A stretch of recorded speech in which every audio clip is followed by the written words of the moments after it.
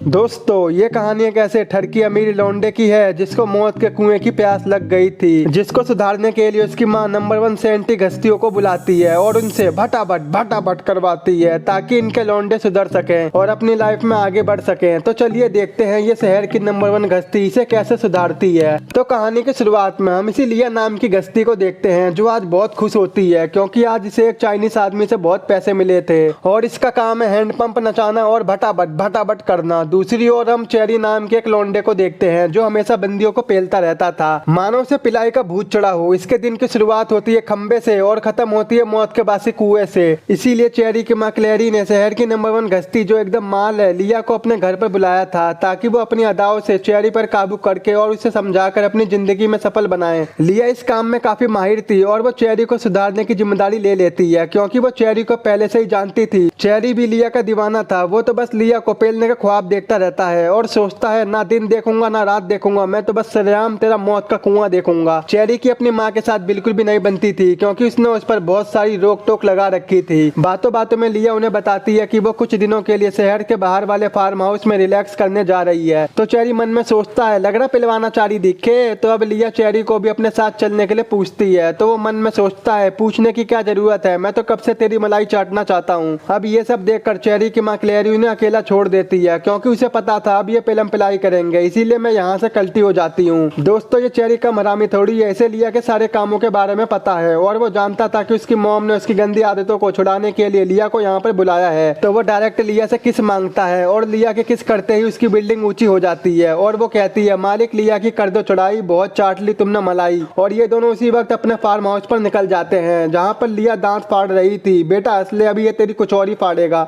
और farm house में आते ही वो लिया को बिल्डिंग पर बैठाकर भूकंप ला देता है, भटाभट करता रहता है। अब लिया को भी बहुत मजा आया था और वो भी इसकी दीवानी हो जाती है। अब धीरे धीरे करके वो चेरी की पसंद और नापसंद के बारे में जानती है और वो उसे बताती है कि मुझे बॉडी वाले लौंडे पसंद है। इसीलिए अगली सुबह चेरी लिया के बॉडीगार्ड से फाइटिंग की ट्रेनिंग लेने लगता है जहाँ वो तोड़ देता है। ये देख लिया चेरी से काफी इम्प्रेस हो जाती है क्योंकि वो उसके लिए खुद को बदलने की कोशिश कर रहा था। तो रात में लिया भी उसे अपने मौत के कुएं का बासी पानी पिलाती है, लेकिन अभी भी चेरी की हरकतें बच्चों वाली थी, इसलिए लिया को लग रहा था कि वो जल्दी ही चेरी से अलग हो जाएगी। लेकिन हमें क्या पता था ये के 6 सालों तक एक साथ रह जाएंगे। और अब उन दोनों की बॉडी पर बने सारे बर्थ मार्क्स के बारे में पता था क्योंकि ये दोनों हर वक्त पेलम पिलाई ही करते रहते थे। 6 सालों बाद भी चेरी की हरकतें बच्चों वाली ही थी। वो अभी भी लिया का नेकलेस लेकर खेल रहा था। तो लिया चेरी को बताती है कि हमें घर क्लारा ने बुलाया है, चलो देख के आते हैं तुम्हारी अम्मा ने कौन सा सरप्राइज रखा है। तो फिर ये दोनों तैयार होकर घर जाते हैं जहाँ पर लिया लुइस नाम की एक लड़की और उसकी माँ से मिलती है। उनके जाने के बाद क्लेरी लिया के साथ गार्डन में घूमते हुए उसे बताती है कि अगले महीने उसने चेरी की शादी लुइस के साथ तय कर दी है। ये सुन लिया का दिल फट जाता है, साड़ी मेरे बंदे की शादी करा दी है। लिया को लगता है कि शायद चेरी इस बात से अनजान है, लेकिन वो ये जानकर शौक हो जाती है कि चेरी को भी शादी के बारे में पता था, बल्कि उसी ने लुइस को पसंद किया था। चेरी की शादी हो रही है ये सुनकर लिया तो दुखी ही थी, लेकिन अपने आंसू को छुपाकर वो क्लारा को बताती है कि वो खुश है क्योंकि उसे पता था कि चेरी और इसका रिश्ता कभी न कभी खत्म होगा।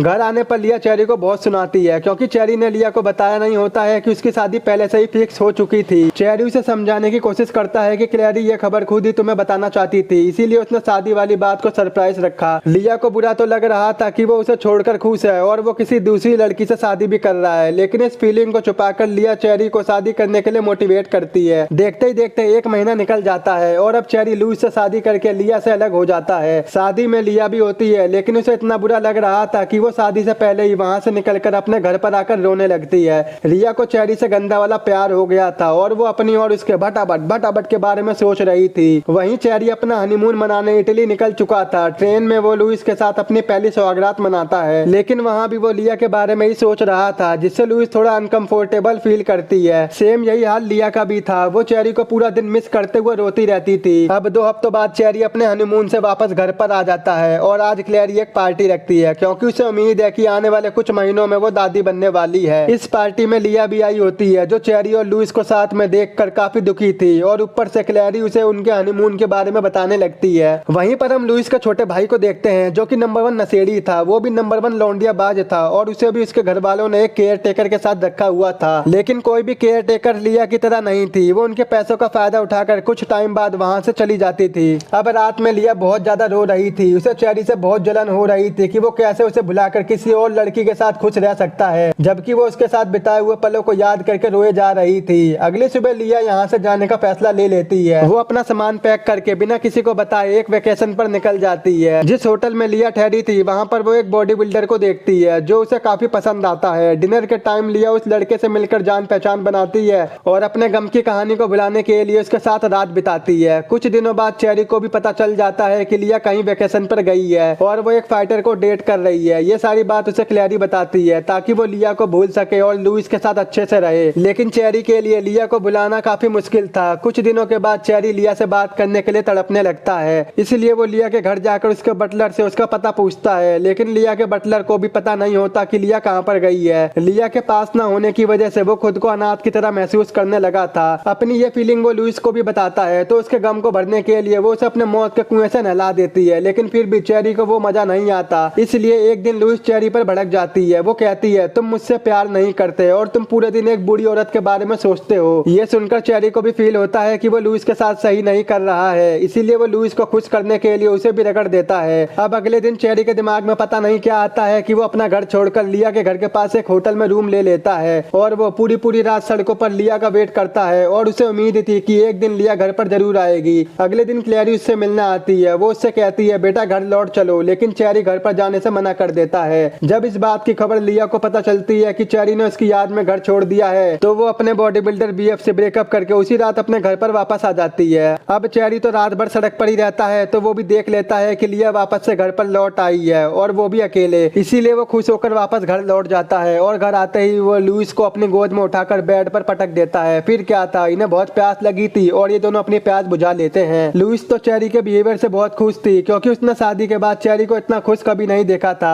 उधर लिया इस उम्मीद में थी कि उससे मिलने चेरी आएगा, लेकिन कुछ दिनों के बाद भी चेरी उससे मिलने नहीं आता और एक दिन लिया से मिलने क्लैरी आती है और उसे बताने लगती है कि उसके आने से चेरी बहुत खुश है। जब से तुम यहाँ से गई थी तो उसे तुम्हारी इतनी फिक्र हो गई थी कि उसने घर को छोड़ दिया था, लेकिन जब से तुम लौट आई हो तब से चेरी और लुइस के बीच में सब कुछ ठीक हो गया है। यहाँ पर क्लैरी लुइस और अपनी प्रॉपर्टी के बारे में बताकर लिया को शर्मिंदा करने की कोशिश करती है ताकि लिया को समझ आ जाए कि वो उनकी सोसाइटी में फिट नहीं बैठती, लेकिन लिया उसे बताती है कि उसने अपने सारे पैसों को ऑयल के स्टॉक में इन्वेस्ट किए थे और बीतते टाइम के साथ उसके स्टॉक बहुत ही हाई हो चुके हैं। ये सुनने के बाद क्लैरी बहुत हैरान हो जाती है क्योंकि उसे पता लग गया था कि लिया बहुत ज्यादा अमीर हो चुकी है। अब क्लैरी के जाने के बाद लिया को इस बात का बहुत बुरा लग रहा था कि चेरी उससे मिलने नहीं आया, ये जानकर भी कि वो शहर में वापस लौट आई है। लेकिन अब लिया चेरी को भूल जाती है और वो अब अपने पैसों को किसी नए बिजनेस में इन्वेस्ट करने की सोच रही थी, पर उसी रात चेरी उससे मिलने आता है, वो भी फुल टल्ली होके। चेरी की हालत देखकर लिया पुलिस को कॉल करने वाली थी, लेकिन तभी चेरी लिया के सामने रोने लगता है क्योंकि वो उसे चाहकर भी भुला नहीं पा रहा था। उसके दिमाग में बस लिया के साथ बिताए हुए पल और उसकी यादें आ रही थी। चेरी का ये प्यार देख लिया उसका सर अपनी गोद में रख लेती है और फिर ये दोनों तड़प में पागल हो जाते हैं और दबा के भटाभट करते हैं। अगली सुबह जब चेरी की नींद खुलती है तो वो देखता है कि लिया उसके साथ इस शहर को छोड़कर जाने की तैयारी कर रही थी। लिया का प्लान था कि उसके पास इतना पैसा है कि वो दोनों उससे अपनी पूरी जिंदगी बिता सकते हैं, लेकिन चेरी उसके साथ जाने से मना कर देता है। चेरी के मना करने से लिया को लगने लगता है कि वो बूढ़ी हो चुकी है, इसीलिए चेरी उसे छोड़ रहा है, लेकिन ऐसा नहीं था। अब लिया भी समझ जाती है कि उसे चेरी के साथ छोड़ना होगा क्योंकि चेरी की अभी पूरी लाइफ बाकी थी। कुछ इस तरह से ये दोनों अपने रिलेशन को अच्छा सा क्लोजर देकर यहीं पर खत्म कर देते हैं। चेरी ने उस दिन के बाद से कभी भी अपनी लाइफ में पीछे मुड़कर नहीं देखा और यहीं पर ये मूवी खत्म हो जाती है। आई होप आपको मेरा एक्सप्लेन जरूर पसंद आया होगा, तो एक लाइक और कमेंट करके जरूर जाना और मन करे तो एक सब्सक्राइब भी जरूर कर देना।